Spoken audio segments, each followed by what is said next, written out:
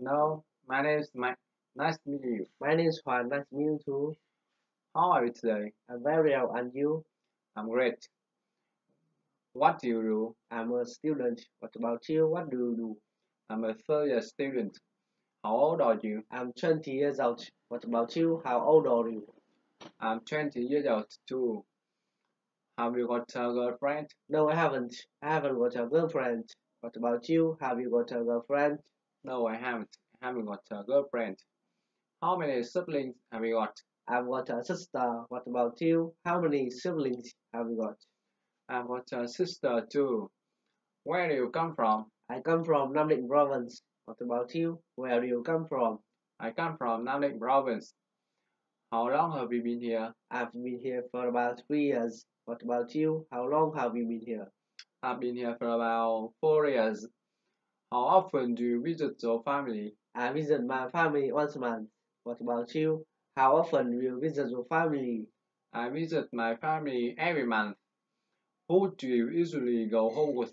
I usually go home with my friends. What about you? Who do you usually go home with? I usually go home with my friends too. When do you usually go back to your hometown? I usually go back to my hometown on holidays. What about you? When do you usually go back to your hometown? I usually go back to my hometown when I feel homesick. What time do you usually go home? I usually go home at 9 p.m. What about you? What time do you usually go home?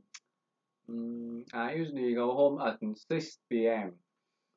What do you What do you usually do after going back home? Well, after going back home, I usually go out. What about you? What do you usually do after going back home? Uh, After going back home, I usually go to the market.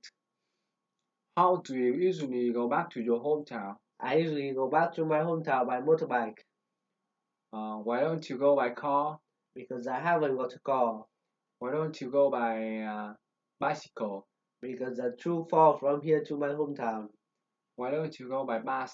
because as I get car sick.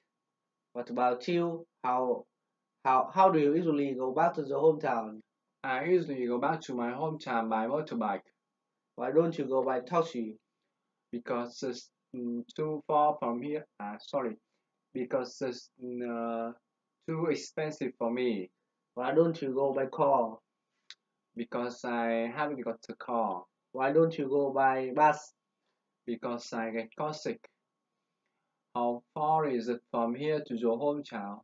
It's about 120 kilometers. What about you? How far is it from here to your hometown? It's about 100. It's about 100 kilometers. How long does it take you to go back to your hometown by motorbike? It takes me about 2 hours. What about you? How long does it take you to go back to the hometown? It takes me about 1 hour.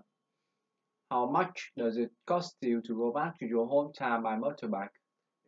It costs me about $2. What about you? How much does it cost you to go back to the hometown? It cost me about $2. How do you uh, how long do you usually stay at home for? I usually stay at home for about 2 days. What about you? How long do you usually stay at home for? I usually stay at home for about one day. Thank you. You're welcome. Have a nice day. Okay, see you later. See you later.